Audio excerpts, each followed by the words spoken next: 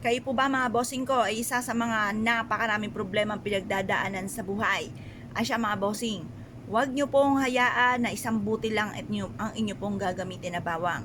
Kasi napakarami nga po, ibig sabihin talaga namang napakarami mga bossing. Kaya kailangan marami rin po mga bossing ko ang gagamitin nating bawang. Huwag yung kaunti-unti lang mga bossing dahil marami nga kayo mga pagsubok. Or kaya gusto nyo, napakalaki po ng mga pangarap po ninyo, gusto po ninyo na kaagad po ito'y matupad.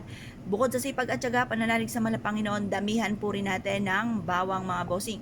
Huwag lang yung paunti-unti para po ang blessing natin ay marami rin mga bossing. Kapag kaunti, kaunti rin din ang blessing. Charot! Ayan, kahit naman maliit mga bossing ko, yung ating pong gamitin bawang, pwede rin po yan. Pero kung marami kang bawang, huwag nyo nang tipirin ang inyong sarili. Gamitan natin ito ng marami-raming bawang mga bossing. Ngayon pa mga bossing, hindi lang ito ang aking pong bawang mga bossing. Meron din ako dito mga bossing, bukod pa po yan mga bossing.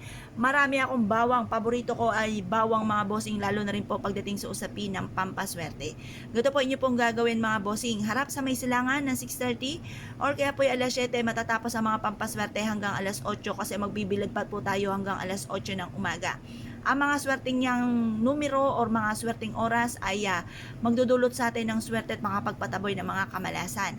Halimbawa mga bossing, kung kayo po ay isa sa mga dumadaan sa mga karamdaman, problema, away-away ng inyong pong pamilya, problema lagi ay pera, napakahirap kumita ng pera, gamitan po natin ito ng bawang upang sa ganon kayo po mga bossing ko ay hindi po lagi namumblema sa mga ganyang usapin.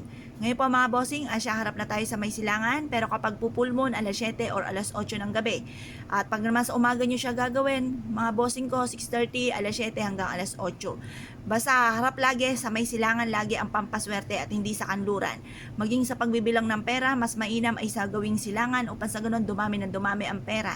Ang kanluran ay lubugan ng sinag ng araw, ang sunod ng taglubog, tagbaba po yan at yan po ang sunod po niyan ay kadiliman kasi magagabi na, lumubog ng sinag ng araw, sunod ay dilim, kaya hindi po maganda po dyan. Ang maganda, liwanag ng sinag ng araw sa umaga, pataas ang sinag ng araw, tagumpay sa buhay at sunod ay liwanag. Ngayon pa mga bossing, kaya sa may silangan tayo lagi haharap at titignan mabuti kung saan ka nagbibilang. Mas mainam kung magbibilang ka ng pera ay sa gawing silangan ka magbibilang at instead na paunti ng paunti ang bilang, parami ng parami mga bossing. Kahit paulit-ulitin nyo yung pera po ninyo, gawin nyo po ito parang bagong taon lamang na nakaharap ka sa may liwanag ng sinag ng araw. At para pumasok ang swerte, mas mainam magbibilang sa tapat mismo ng pintuan ng inyo pong main door. Ang dulot po nito ay swerte. Ngayon pa mga bossing, kung kayo po naniniwala at nais po itong gawin, subukan nyo na po ito. Huwag na po magpatumpik-tumpik pa. Proven po ito na napakaswerte. Ngayon po mga bossing, harap po kayo sa may silangan at pagkatapos mag-wish ka. Mag-wish ka halimbawa, sa aking negosyo dito na ako yayaman, or kaya po ay sa aking halimbawa may mga nirarakit kayo ngayon, nag-aahinti kayo ng lupa or kung ano man pa inaahinti ninyo, dyan na po kayo magiging matagumpay sa buhay. Mag-wish na po kayo ng lahat ng gusto po ninyo na walang gamit na sana, direct to the point.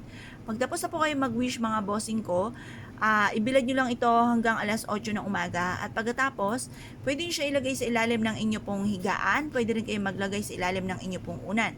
Ang dulot po nito ay swerte. Pwede ka rin maglagay ng ganito sa inyo pong bag upang sa ganoon sundan po kayo ng kaswertihan. Pwede rin naman po mga bossing ko sa bulsa po ninyo, mag-ano kayo ng isang buti lamang, pwede na po yon. Pagkatapos, kung halimbawa ikaw po ay pumunta sa, halimbawa po ay sa ospital or kaya po sa mga sementeryo, ito po ay bago kayo dumating na inyong tahanan, ihagis nyo po siya or ilaglag sa inyo pong dinadaanan.